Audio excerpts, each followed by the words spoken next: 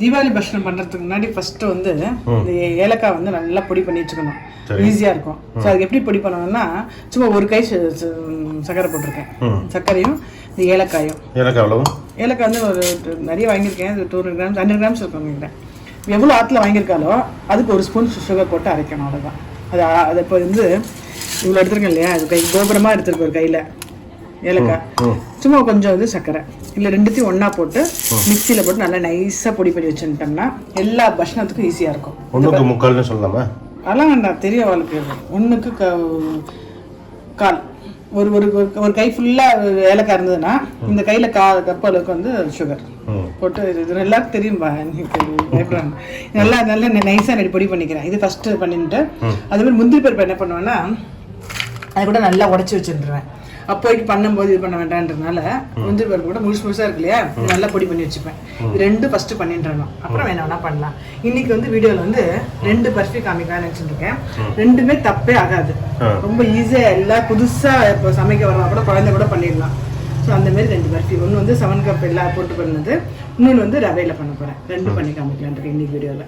So 7 cup barfi அப்புறம் வந்து ரவை பர்ஃபி பண்ண போகிறேன். ஓகே. ஃபர்ஸ்ட் அதுக்கு முன்னாடி வந்து இந்த ஏலக்காய் பொடி பண்ணி வச்சுக்கிறேன். இந்த மாதிரி பண்ணிட்டேன். ரொம்ப நைஸாக பண்ணல. ஏன்னா இது வந்து பர்ஃபியில் போடும்போது ஒரு ஸ்வீட்டில் பண்ணும்போது ஒன்று ஆகிடும். வேணா இன்னும் மிக்சியில் போட்டு இன்னும் என்ன பண்ணிக்கலாம். இந்த தோல்லாம் வேஸ்ட் பண்ண வேண்டாம். அதுலேயும் வந்து மெடிசன் வேல்யூ இருக்கிறதுனால எல்லாத்தையும் ஒன்றா போட்டு பண்ணியிருக்கேன். இந்த மாதிரி பண்ணி எடுத்து வச்சிடறேன் இப்போ பாக்ஸில். இது வந்து ஏலக்காய் பொடி சக்கரை போட்டு. ஃபர்ஸ்ட் வந்து இந்த 7 கப் பர்ஃபின்னு சொல்லுவாங்க. 7 கப்னா 7 இது அளவு. நான் எல்லாமே இந்த அளவில் எடுத்துட்டு இருக்கேன். இது 100 கிராம்ஸ்னு எடுத்துக்கலாம், இல்லை ஒரு கப்புன்னு எடுத்துக்கலாம். இது எவ்வளோ எடுத்துக்கிறோமோ இதேலேருந்து ஈக்குவலாக வந்து தேங்காய், ஈக்குவலாக வந்து பால், ஈக்குவலாக கடல மாவு, ஈக்குவலாக முந்திரி பருப்பை உடச்சது நைஸ் பண்ணிப்பேன் மாவு. சர்க்கரை மட்டும் 2. 7 எப்படி கணக்குன்னா இது நெய் 1, சர்க்கரை 2 3, இது 1 4 5 6 7. ஓ அப்படியா? அப்படியே கணக்கு. இப்போ இது வேண்டாம், இந்த தேங்காய் வேண்டாம்னா ரவை போட்டுக்கலாம். ரவை மட்டும் மிக்சியில் போட்டு நல்லா நைஸாக பொடி பண்ணிடணும்.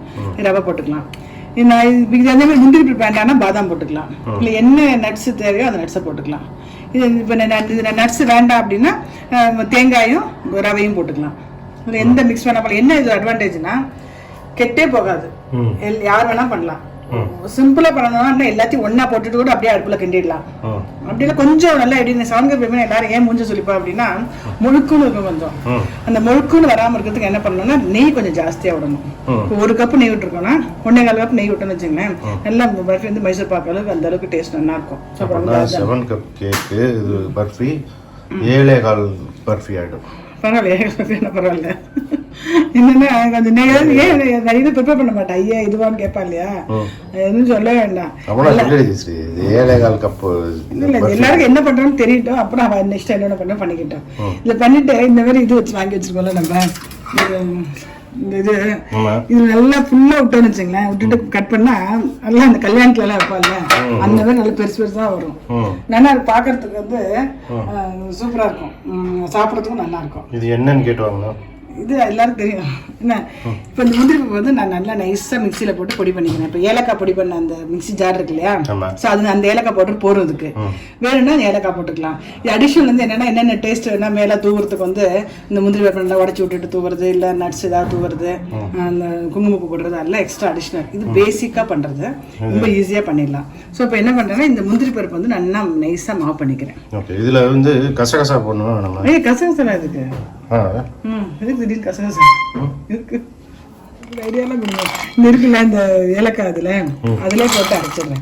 அப்போ ஏலக்காய் பொடி தனியாக போட வேண்டாம். ஸோ வேணும்னா ஏலக்காய் பொடி போட்டுக்கலாம். புரிஞ்சு இல்லையா? புரிஞ்சது. ஓகே.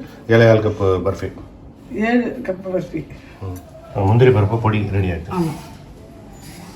என்னென்னா நான் என்ன பண்ணுறேன்னா கொஞ்சம் வாசனையாக அந்த 7 கப் பர்ஃபின்றது வந்து வெறுக்காமல் நல்லா சாப்பிட்றதுக்கு என்ன ஒரு சின்ன ஐடியா என்னென்னா கொஞ்சோண்டு இந்த கடலமாவை வந்து லேசாக வறுத்துட்டுன்னா அது நல்லா வாசனையாக இருக்கும். ஸோ ஒரு டீஸ்பூன் நெய் விட்டுண்டு கொஞ்சம் வறுத்துக்கிறது.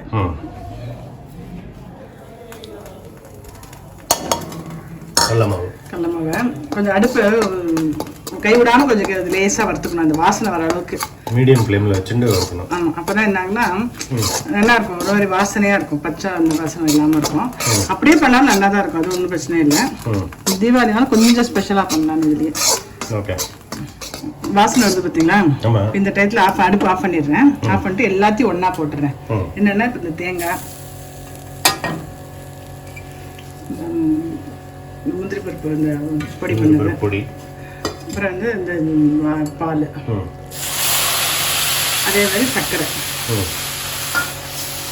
அடுப்பு அணைச்சிட்டு அவசரமே இல்லை, நிதானமாக அடுப்பு அணைச்சிட்டு இதை நல்லா கொஞ்சம் நல்லா கிண்டி விட்டுண்டு இந்த பால் ஜலத்தில் இந்த சர்க்கரை கரைஞ்சிடும்.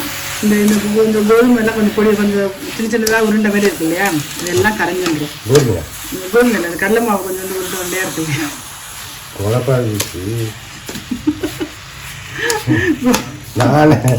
நானே கசகசா போட்டு குழப்பிருக்கேன், நீ கோதுமையை போட்டுருக்கேன். நான் ஃபஸ்ட்டு வேணாண்டு போய்ட்டு வரேன். இல்லை ஆக்சுவலாக கோதுமை இல்லை, நான் அந்த கோதுமை அரைக்கணுன்ற மைண்டில் இருக்கனால கோதுமை வந்துடுத்துவேன். இந்த உருண்டை குட்டிக்குட்டியாக உருண்டையாக இருக்கு இல்லையா, பர்ஃபி தானே பண்ண போகிறோம். இந்த இருக்கு இல்லையா, இந்த இதெல்லாம் அப்படியே நல்லா அப்படியே கொஞ்ச நேரம் வச்சோம்னா அப்படியே கரை இதாகிடும். நெய் வந்து ஃபுல்லாக விடக்கூடாது இப்போ, ஏன்னா இந்த அது வந்து இதெல்லாம் கரைஞ்சி சர்க்கரை கொஞ்சம் கெட்டியாக இருக்கு இல்லையா, சர்க்கரையெல்லாம் கொஞ்சம் கரைஞ்சதுக்கப்புறம் விட்டோம்னா நல்லா இழுத்துக்க கரெக்டாக அப்படி போட்டோம்னா இந்த சர்க்கரை அவ்வளோவா கிடையாது. அதனால் விடக்கூடாது. இப்போ நெய் மட்டும் அப்புறம் விட்டுக்கலாம், கைவிடாமல். ஆமாம். இப்போ எல்லாத்தையும் கலந்துட்டாச்சு இல்லையா, இப்போ அடுப்பத்தை வைக்கிறேன். அடுப்பத்தை வச்சுட்டு இதெல்லாம் கொஞ்சம் நல்லா கொஞ்சம் கரையட்டும். கரையும் போது நெய்யை விட்டு அப்படியே கிண்டணும். அப்படியே கொப்பிச்சு வரும், அப்புறம் ஒட்டாமல் வரும். அதான் பதம். அப்படியே எடுத்து கொட்டணும். இதெல்லாம் கலந்துட்டேன் இல்லையா, அப்போ எல்லாத்தையும் இப்போ அடுப்பத்தை வைக்கிறேன். சர்க்கரை கரைஞ்சிட்டு அது வந்து முந்திரி பருப்பு வந்து ரொம்ப நைஸாக அரைக்கல நான், அதை நான் வந்து சுமாராக கரைச்சிருக்கேன். அப்போ நல்லாயிருக்கும். நெய் அப்படியே போட்டு நெய் இழுத்துன்றேன் எல்லாமே. இன்னும் சர்க்கரை கரையிறதுக்காக வெயிட் பண்ணேன். நெய் விட்டுறேன், கொஞ்சம் கிண்டிட்டு திருப்பி நெய் விடுவேன். இந்த நெய் விட்ட நெய்யெல்லாம் காணாமல் எடுத்து பாருங்களா, திருப்பி இப்போ இந்த நெய் ஃபுல்லாக விட்டுறேன். இப்போ எக்ஸாக்டாக 1 கப் விட்டுருக்கேன். அப்புறமா இன்னும் விட்டோம்னா ரொம்ப நல்லாயிருக்கும். நைஸ் பேஸ்ட்டாக வேணும்னா முந்திரி பருப்பு நல்லா நைஸாக அரைச்சிக்கணும், தேங்காயும் நல்லா நைஸாக அரைச்சிக்கணும். நான் வந்து தேங்காயும் கொஞ்சம் சுமாராக தான் அரைச்சிருக்கேன். முந்திரி பருப்பும் ரொம்ப நைஸாக அரைக்கல, வாயில் படத்து நல்லா இருக்கும்ங்க. அவ்வளோவா டேஸ்ட் இது. தீபாவளி ஆச்சான்னு கேட்க மாட்டேன் எல்லாரும், கங்காஸ்தானம் ஆச்சான்னு கேட்பா இல்லையா. ஸோ அதை பற்றி கொஞ்சம் சொல்லுங்களேன், எனக்கு கொஞ்சம் சின்ன இன்ஃபர்மேஷன். கொஞ்சம் தான் சொல்லுவோம். அதில் மிச்சத்தில் வந்து கறிப்பாடல் போடுங்க நீங்கள். ஓகே. அது வந்து என்னென்னா, காசியில் வந்து 64 ஸ்நான கட்டம் இருக்கும்.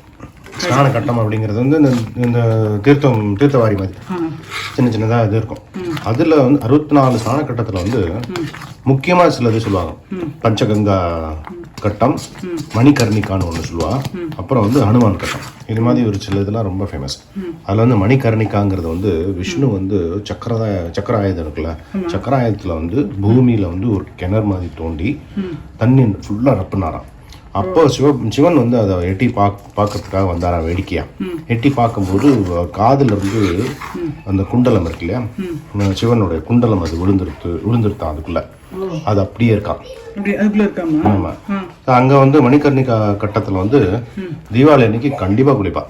அங்க வந்து பஞ்சகங்கா கட்டம் ஒன்று இருக்கு, மணிகர்ணிகா இருக்கு, ஹனுமான் கட்டம் இருக்கு. இந்த மணிகர்ணிகால வந்து அது பக்கத்துல வந்து விஷ்ணுவோட பாதம் இருக்கு.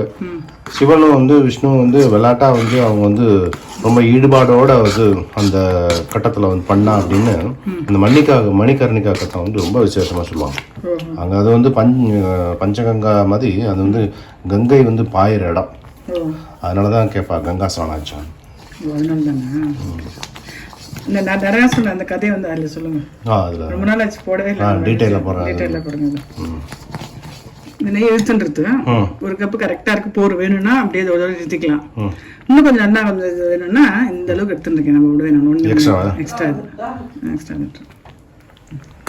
புதுசாக பண்ணுறாங்க இல்லையா, அவளுக்கு வந்து ஏதாவது டிப்ஸ் சொல்லுங்களேன். அதாவது கெட்டு போகாமல், ரொம்ப முறுமுறுன்னு போகாமல், இல்லை நமத்து போயிடும், எடுக்க முடியாமல் அல்வா மாதிரி ஆகிடும் இல்லையா. ஸோ அதுக்கு வந்து ஏதாவது டிப்ஸ் எப்படி அது பதம் தப்பாமல் இருக்கிறதுக்கு என்ன பண்ணலாம்? ஓரளவு இந்த கேக்கு 7 கப் கேப்பு கரெக்டாகவே வரும். நம்ம நெய் வந்து இது கொஞ்சம் சக்கரை கரைஞ்சி மாவெல்லாம் குழப்பலன்னு வர்ற டைமில் நெய் விடணும். 7 கப்பில் மற்ற சாமான் எல்லாத்தையும் போட்டுக்கணும். பால், சக்கரை, மாவு, ரவை, தேங்காய் எல்லாம் போட்டுக்கணும். நெய் மட்டும் இது கொஞ்சம் கொதி வரும்போது கொஞ்சம் கொஞ்சம் மாவு விட்டு கிண்டணும். இப்போ லாஸ்ட்ல இதுல கொட்டுற போது அந்த இழுப்பச்சட்டியில ஒட்டாமல் வரும். அதான் அடையாளமா? அவ்வளோதான் கணக்கு. நம்ம மைசூர் பாகு பண்ணுற மாதிரி தான் இது. அதே போல் கரெக்டாக வரும். ஒட்டாமல் இருந்தால் ஒட்டாமல் இருந்தால் எடுத்துடலாம். அந்த டைமில் கொட்டிடலாம். அது வரதுக்கு முன்னால நிறையா வரும். மேலாவில் நிறையா வரும். கரெக்டா? ஆமாம் அதுதான். இப்போ எடுத்துருவா கொட்டிடு. கரெக்டாக இருக்குல்லையா? ஒட்டலை பொட்டியாகவும் இருக்குது. எலுப்பு சட்டியில் ஒட்டாமல் வருது. ஆஃப் பண்ணிடலாம். அடுப்பு ஆஃப் பண்ணிட்டு கொட்டிடலாம். ஆஃப் பண்ணாங்க இதுங்க. நெட்டில் நெய் தடவி விட்டுருக்கேன் இல்லையா? அதில் போட்டுட்டு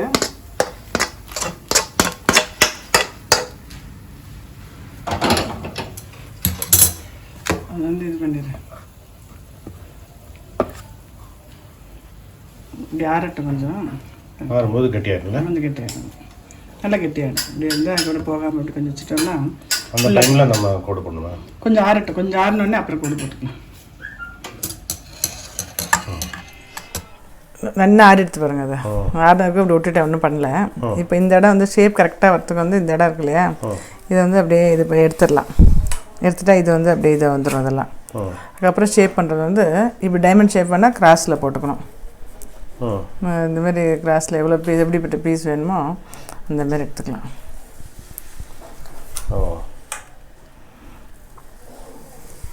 ஆயிடுத்து.